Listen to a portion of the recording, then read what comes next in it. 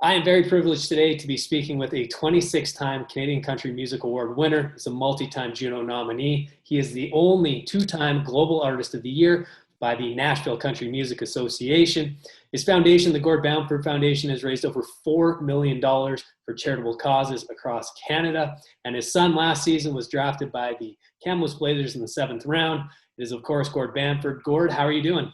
Yeah, I'm doing good. Considering the this pandemic and the lack of work for us, but yeah, it's good. We're good here, and just making the best of being home, I guess, for now. Well, let's talk about how right now, obviously, your main job is touring as a country artist musician across Canada and the US. Well, what are you doing right now to continue to develop your skills and make sure that when the pandemic is over, you're able to get back on stage in front of several thousand people and perform at the same level you were before?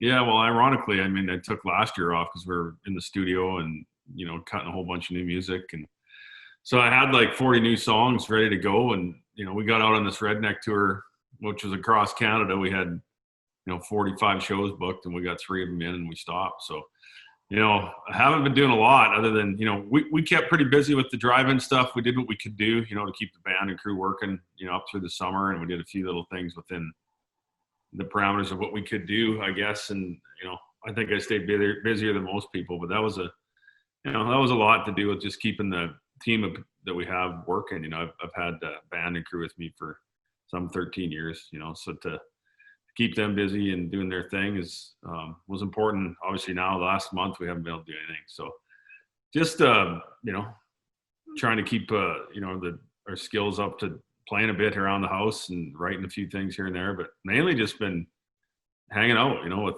being home. It's different for my wife and me having me home all the time. I mean, I'm kind of like any athlete, traveling a lot. So it's a little different, a little weird, but it's been nice to catch up on some stuff here.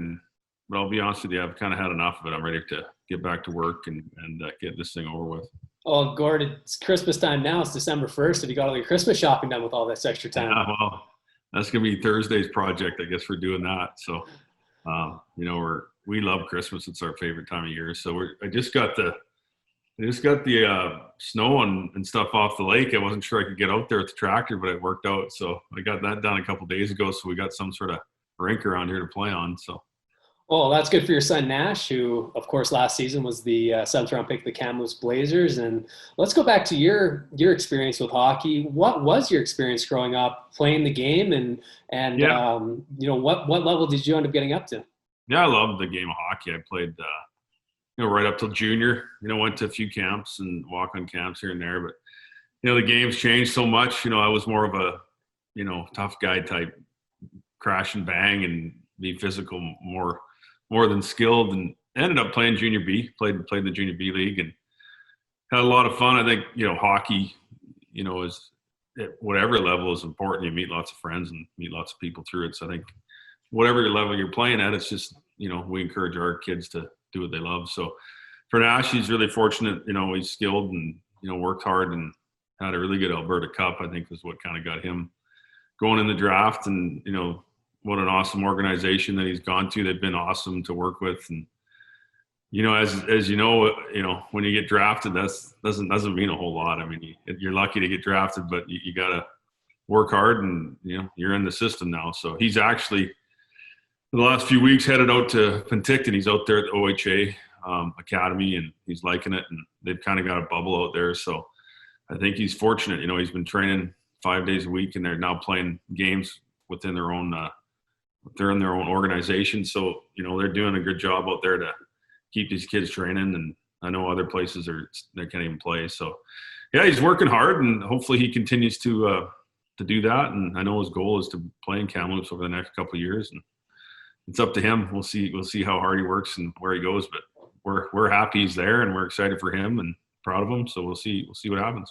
Well, Nash is working towards something just like I'm sure you were when you were his age, working towards, at that point, maybe playing hockey, but then also on the side, you had this talent as an artist, as a country musician. When did you really realize, oh man, I might be able to make a living out of this career? Yeah. Funny thing is I actually played hockey, and then I went to Australia out of high school. I was more of a higher end baseball player. So I played over there in the pro league a little bit, and and I wrecked my arm.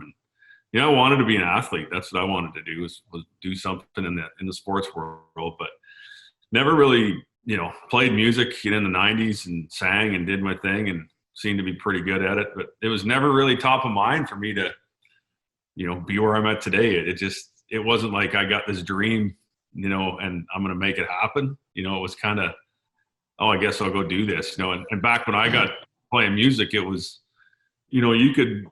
the live music scene was massive across Canada. Literally, you could go every week. You could be playing in a bar somewhere, or a club, or a honky tonk. And so, yeah, we had our Suburban and our trailer, and we, 4-piece band, and we'd go week to week. We'd do the tour from Red Deer up to Edmonton to Grand Prairie to Fort St. John, then into Prince George, and then we'd do the West and then do the East. And I feel like that's how I got good at it. I got 4 sets a night. That was back when people were smoking in the bars, and I don't know how we did it, but we'd make our $500 or $600 a week, and at the end of the week it'd be gone because we'd either drink it in beer or gamble it away or whatever we did. So but it was a way to really hone our skills and get good in front of people, and I think they lack that today. I mean, there's not a lot of live music venues anymore for people to go develop, I guess you can say.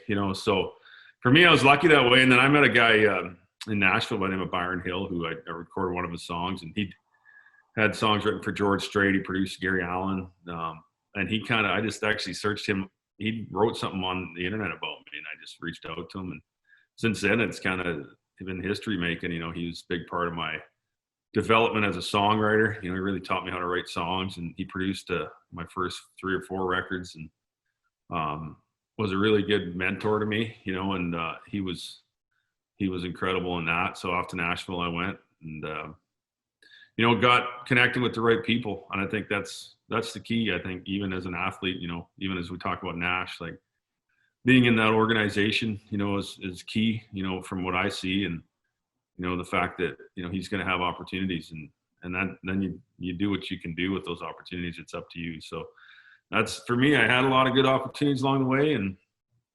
luckily I like the business side of things too. So I was able to develop pretty much everything in-house. So from my tour buses to my production to, my record label. And then I was able to do a partnership with Sony Music for over a decade, which worked out great for both of us. And now since then I've moved on to a record label who actually bought all my stuff out and did a joint venture, and is owned by the Ontario Teachers Pension, a company called Anthem Records. So that's where I'm at now, and I can't complain. I mean, it's been a whirlwind, and I've made a great living at it, and got a lot of great music that's in the can, and we're looking forward to many more years and of playing music. Hopefully, get back on tour, and we're planning for a October, November arena tour next year if we can go. So hopefully we can. Well, 40 new songs. That's a double album right there. And I'm kind of doing that with it. So it actually comes out in March. So I'm excited. The first single's out now, called Diamonds in a Whiskey Glass. It's really, really doing well. And, we're just going to find a way. Like, I know in Alberta it was, could play for 100 people. So we'd do 2 or 3 shows a day. I'm not against anything. It doesn't have to be to a big crowd. It can be to 3 small crowds. I mean, we'll just find a way to go work and get our music out there and do whatever we can within the rules. And I think that's all you can do with it, instead of sitting at home, just make it happen. So that's what we've been doing up till now. So hopefully something happens here and there's a change in this whole pandemic, and everybody can get back to work, including the hockey. It's pretty boring around here watching reruns, and I think everybody dialed into the Tyson fight the other night. That's all they got anymore. So so the Jake Paul fight was the one that ended up being the real stunner. That was something else, eh? Oh, yeah. I couldn't believe it. Yeah, that was that and the Tyson interview before the fight. That was the best part. Oh man, I wish I would have been alive in the 90s to see Tyson. I mean, I watch his highlights now, and it's just, people aren't built like him. People don't punch like him anymore. It's unbelievable. He's a machine, eh? Oh, but much like an athlete, an artist like yourself, you go through different stages in your career. You started this early stage, you're on the road every weekend, every day, like you said, going to these small towns, Fort St. John, and then you start to get better, and then you start to have kids. So how has your evolution as an artist changed from when you first put out that first album compared to the album that you're about to put out in March here? Oh, I mean, I like, you kind of hit it on the head. You go through you're always learning something. I mean, it doesn't matter whether you think you're at the top of your game or not. I mean, I'm always learning something every day, whether it be from the business side of things or, the sounds of country music have really, really changed over the time I've been in it, almost a decade and a half, from hardcore country to tailgate country to pop country, now it's kind of swaying back to a bit of everything, so you have to kind of be able to maneuver through all that. And I think just growing as a person, and being able to be in the business as long as I have and stay at the, trying to stay at the top is tough, because there's lots of great, young artists that are coming up behind you, and technology and production and studio quality has gotten so much better since I started. So a lot of people are doing great stuff. So you just got to stay current and stay relevant, because I'm not quite ready to quit yet. So we're going to go hard for another 5 or 10 years here. So it's good. And then I think when you have a family, I've got 2 young daughters as well. And then we raised our nephew. He, my wife's brother passed away a number of years ago. So Riley, we raised him. He's 21 now. He played hockey. So he played junior A and Okotoks for most of his career. But so I think just growing as a person that way, like the things that life throws at you, is it changes you, and your priorities become so much different as you get older. But the number one thing is making a living for these people. So you keep your businesses rolling, and you have opportunities that come your way just through, travel and the meeting of people. And it's been really, really good for sure.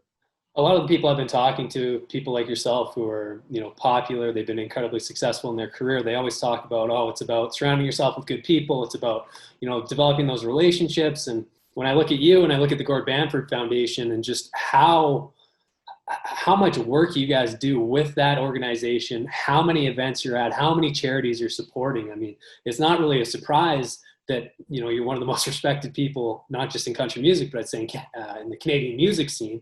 But for yourself, when you first started the Gord Bamford Foundation, what was the original premise for you? And did you ever see it growing to where it is today? Yeah, no, thanks for all that. No, it actually went years back. A friend of mine was working with me, kind of day-to-day managing guy that, I grew up around, and, we're like, hey, we should start a golf tournament and try and give some money somewhere.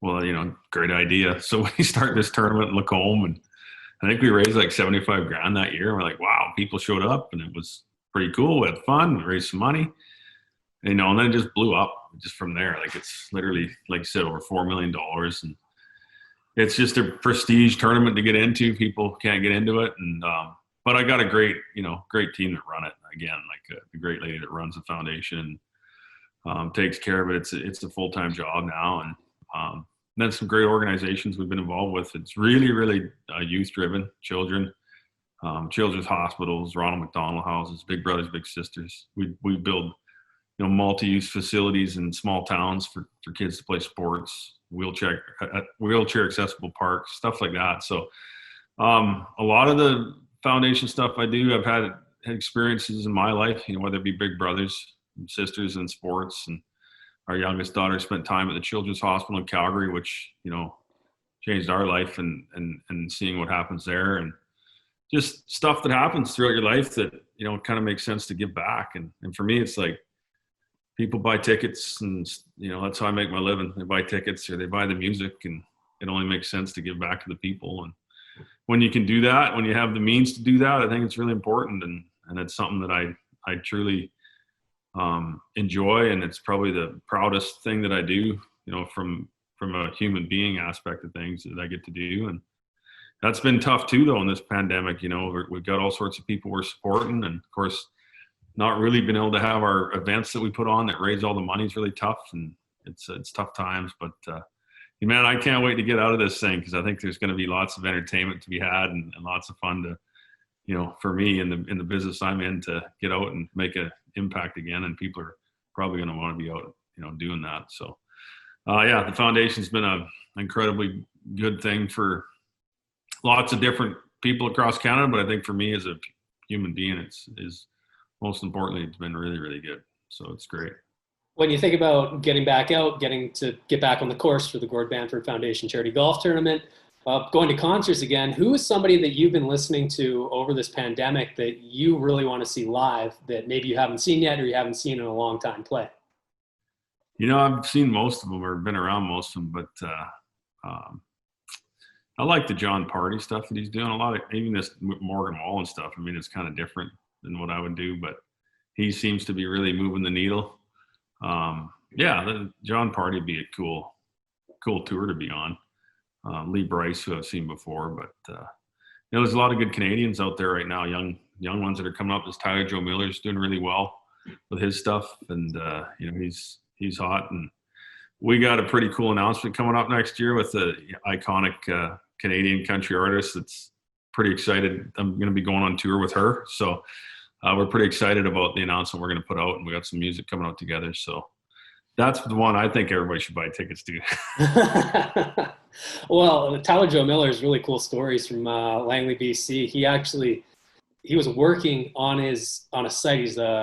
I believe he's a carpenter in the Lower Mainland, and he was on a work job, and they played his song on the radio, and that was the first time he ever heard it was when he was at a job site. So I love stories like that. And for yourself, now that you're, a staple, an icon in the country music scene, people must ask you for advice, especially younger artists, all the time. But what's the best piece of advice that you've been given that you pass on to those younger artists?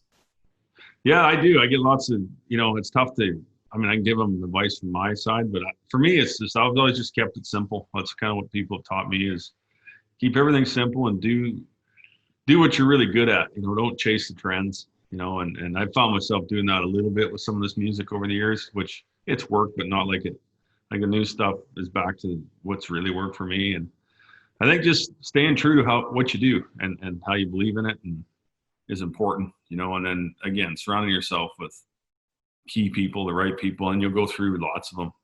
And fortunately for me, all those people that have been involved with me, I'm still friends with, and vice versa.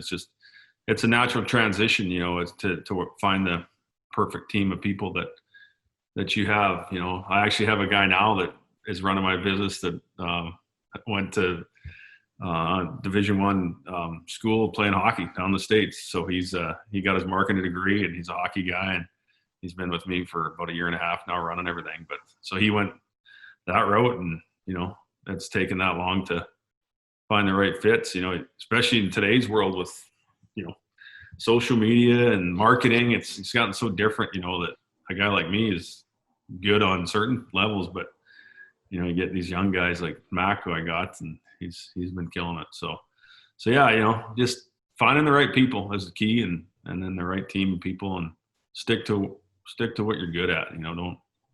Don't chase people around. Just do what you're good at, and eventually, if you do all that stuff, things work out. You don't have to have top 5s or top 10s or number 1 hits to be successful. You just gotta build a fan base.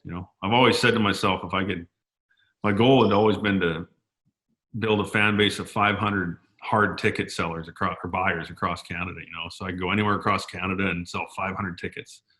That's a really good living, and fortunately for me, I've, surpassed that by a fair bit, but it's within reach, and that's just building a database of people that love what you do, and you can do that today through many different channels. So just do that. Yeah, with all the streaming services, YouTube, everything, it's difficult to get through, but there's more platforms to get your music out. And you talk about not having number 1s or top 10s. My favorite artist is Jason Isbell, and I've never heard him on the radio. And you talk about a guy with 500 diehard fans. He's probably got about 500,000 at this point. But, my last question for you here, Gord, I don't want to take up too much more of your time, but where is your favorite place? Where's the place you're most looking forward to playing when you can get back out on the road?